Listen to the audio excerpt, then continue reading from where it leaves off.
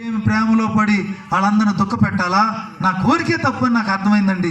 ఆ కోరిక వదిలేశాను, నేను యేసయ్య కోసం వస్తున్నా అని చెప్పిందట. చూసారా, దేవుని మాట వినేసరికి ఏమైంది? ఉపదేశం వినటం వలన వివేకము కలిగాను, తప్పు మార్గములన్నీ అసహ్యమైన. నీ వైజాగ్లో ఒక చోట ప్రార్థన చేయమని పిలిచారు. వెళ్తే పెద్ద పెద్ద కుండలు ఉన్నాయి లోపల. ఏంటి? కళ్ళు కొట్లు ఏమని ప్రార్థన చేయాలండి? ప్రభు ఈ కళ్ళు వ్యాపారం దీవించడానికి వచ్చా, బుద్ధి లేని అయిపోతా, మా ప్రభు వీళ్ళని మార్చండి అని ప్రార్థన చేసి నాకు కానుక ఇస్తున్నారు. నాకు వద్దు బాబు అన్న. అదేంటండి, ఏ పాస్టర్ గారు అయినా ప్రార్థన చేసి కానుక తీసుకుంటారు, మీరు తీసుకోండి అన్నారు.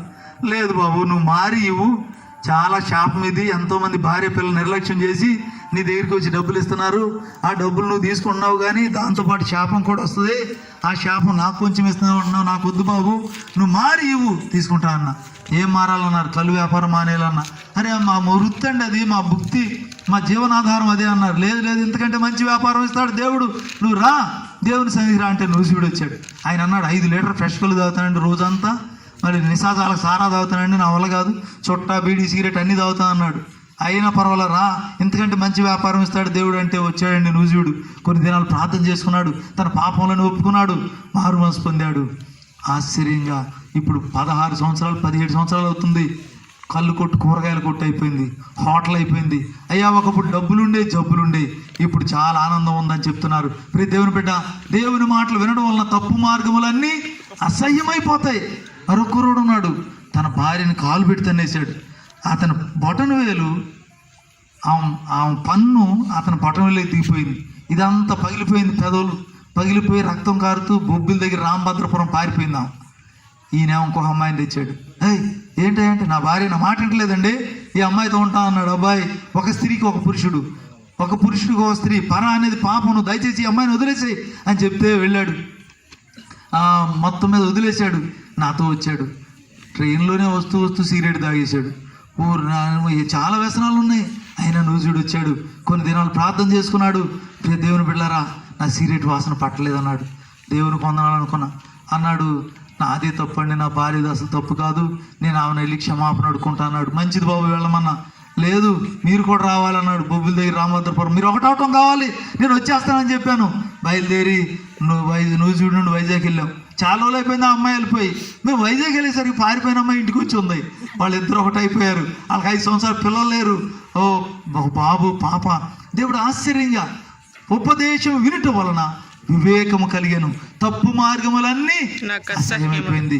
దైవజనులు సువార్త చేసినప్పుడు కత్తి ప్యాంట్ లోపల పెట్టుకొని తిరిగిన వారు, కిరాయి రౌడీలు మారిపోయారు, వారు సేవకులు అయిపోయారు. ప్రియ దేవుని బిడ్డలారా, దొంగలు దొంగిలించినవి తిరిగి ఇచ్చివేశారు. ఎంత గొప్ప ధన్యత! చెడు స్నేహంలో ఉన్నవారు దాన్ని మానివేసి సొంత భార్య వద్దకు వెళ్ళిన వారు ఉన్నారు. ప్రియ దేవుని బిడ్డలారా, ఈ యవనస్తుడు పరిగెత్తుకుని వచ్చాడు. దేవుడు ప్రభు చెప్పారు, ఇవన్నీ అనుసరిస్తున్నా అని చెప్పాడు. అప్పుడు ప్రభు అన్నారు, ఇదిగో అతన్ని చూచి అతన్ని ప్రేమించి అతనితో మాట్లాడారు. ఏమని? ఇదిగో నీకు ఒకటి కొదువుగా ఉంది. ప్రియ దేవుని బిడ్డలారా, ఈ రాత్రి మనల్ని చూచి మనల్ని ప్రేమించి యేసయ్య మనతో మాట్లాడుతున్నాడు. ఏది కొదువుగా ఉన్నదో, దేనిలో ఓడిపోయామో, ఎక్కడ ప్రేమహీనత ఉన్నదో, ఎక్కడ క్షమించలేని స్వభావం ఉందో, ఎక్కడ దేవునికి విరుద్ధమైన బుద్ధులు ఉన్నాయో అవన్నీ సరి చేసుకొని మన జీవితాన్ని మార్చుకుందాం. ప్రభు రక్తంలో కడగబడదాం, ఆయన అగ్నితో కాల్చబడదాం, ఆయన రక్తంలో కడగబడదాం, ఆయన ఆత్మతో నింపబడి పరిశుద్ధాత్మ దేవుని సన్నిధిని మనం అనుభవిస్తూ ఆయన కొరకు బ్రతుకుదాం. చివరికి ప్రభువు చూచి అతను చూచి ప్రేమించి నీకు ఒకటి కొదువుగా ఉన్నదని చెప్పగానే ఆ కొదువు వినగానే ముఖం వ్యసనపడుతూ వెళ్ళిపోయాడండి. అయ్యో, దేవుని వాక్యం విని వ్యసన పడుతూ వెళ్ళకూడదు. దేవుని వాక్యం మన తప్పులు మనకు చూపించినప్పుడు సరి చేసుకుంటే అబ్బా ఎంత ధన్యతో తెలిసిన. చూడండి, ఆ వ్యభిచారం ముందు పట్టబడిన స్త్రీని ప్రభు యొద్దకు తీసుకుని వస్తే అందరు రాళ్ళు తీసుకుని కొట్టాలి, ఈమె వ్యభిచారం చేయించుండగా పట్టబడిన అని చెప్పినప్పుడు యోహాను సువార్త 8వ అధ్యాయంలో అప్పుడు ప్రభు అన్నారు, మీలో పాపం లేనివాడు మొట్టమొదట రాయి వేయమన్నారు. అంటే వాళ్ళందరూ రాళ్ళు వేసుకుని వస్తున్నారు, కానీ అక్కడ ఎంతో రాస్తున్నారు. ఏం రాస్తున్నారు? రాస్తూ ఉంటే వాళ్ళ పాపాలు వాళ్ళకి కనపడుతున్నాయి. ఇర్మియా 17:1-2 వచనాల్లో యోధా పాపం ఇనుప గంటముతో రాయబడి ఉన్నది, అది వజ్రపు మొనతో వారి హృదయములోని పలక మీద చెక్కబడి ఉన్నది అని రాయబడి ఉంది. క్షమించండి. కాబట్టి దయచేసి వినండి, ఎప్పుడైతే వాళ్ళ పాపాలు వాళ్ళకి కనబడినాయో, అమ్మో ప్రభువా నాలో ఈ పాపం ఉంది ప్రభువా అని ఒప్పుకున్నారా? ఒప్పుకోలేదు, రాళ్ళు పారేసి వెళ్ళిపోయారు. ఇప్పుడు దేవుని బిడ్డలారా, దేవుని వాక్యం మనకు పాపం చూపిస్తున్నప్పుడు ఒప్పుకోవాలి. హేరోదు, నీవు నీ సోదరుని భార్యను ఉంచుకొని ఉన్నావు, అది నీకు న్యాయం కాదు అని యోహాన్ అంటుంటే చెరసాల్లో వేయించాడు, తల తెగ్గొట్టించేశాడు. ఎంత భయంకరం! ప్రియ దేవుని బిడ్డ, దేవుని వాక్యం నీ పాపాన్ని నీకు చూపిస్తుంటే దేవునికి వ్యతిరేకిస్తున్నావా, పశ్చాత్తాపడుతున్నావా, ఒప్పుకుంటున్నావా? చూడు, దావీదు పాపం చేసినప్పుడు నీవు ఇలా పాపం చేసావని ఉదాహరణతో చెప్పాడు కదా. 100 గొర్రెలు ఒకరికి ఉన్నాయి, ఒక గొర్రె ఒకతనికి ఉంది.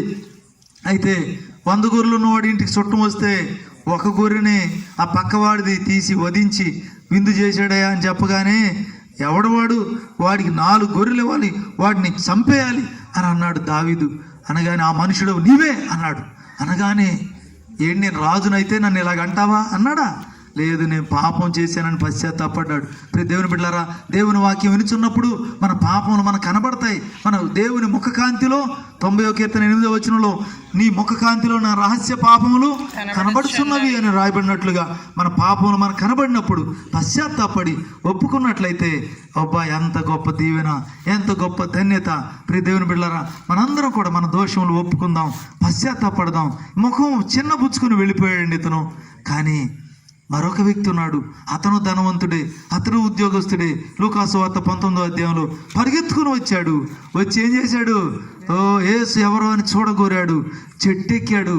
ఓ యేసు ప్రభు ఆ దగ్గరకు వచ్చేసారు, మాట్లాడారు. జక్కయ్య, పేరు కూడా తెలుసు. ప్రియ దేవుని బిడ్డ, ఇక్కడ కూర్చున్న నీ పేరు కూడా తెలుసు. నీవు కూర్చుండుట, నీవు లేచుట, నీవు నడుచుట, నీవు పరుండుట, నీ తలంపు పుట్టకమునిపై మాట నోటికి రాకముందే అన్నీ తెలిసిన దేవుడు. ఆయన కనబడని సృష్టము ఏదీ లేదు, అన్నీ ఎరిగిన దేవుడు. ఆయన మనల్ని చూస్తున్నాడు, ఆయన పిలుస్తున్నాడు. నీ యెహోవాను వెదకువారు, వివేకము కలిగి దేవుని వెదకువారు కలరేమో అని ఆకాశం నుండి ఆయన పరిశీలన చేస్తున్నాడు. అందుకే జక్కయ్య ఎప్పుడైతే అనుకున్నాడో, నువ్వు ఎక్కడున్నా సరే, నువ్వు ఇంటిలో ఉన్నా ఎక్కడున్నా సరే, ఓ యేసయ్యను వెతికినట్లయితే వెదుకుడి మీకు దొరుకును అని చెప్పాడు.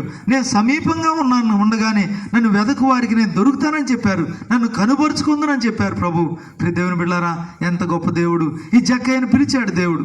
పంజాబ్లో మరి సుందర్ సింగ్ అని ఒక ఆయన ఉన్నాడు.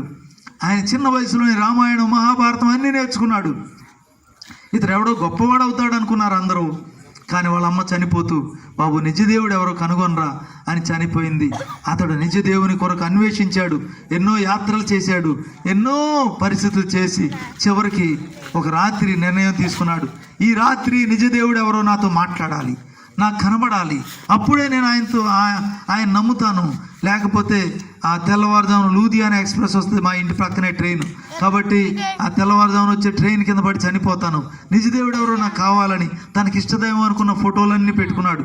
అంతకుముందు బ్రిటిష్ వారు మరి పాఠశాలలు పెట్టినప్పుడు బైబిల్ కూడా ఒక పాఠ్య పుస్తకంగా పెడితే ఆ బైబిల్ చించి కాల్చేశాడు. అలాంటి దేవుని అంటే, ప్రభు అంటే చాలా వ్యతిరేకి, క్రీస్తు ప్రభు అంటే అసహ్యం. అలాంటి వ్యక్తి ఆ నిజదేవుడు ఎవరు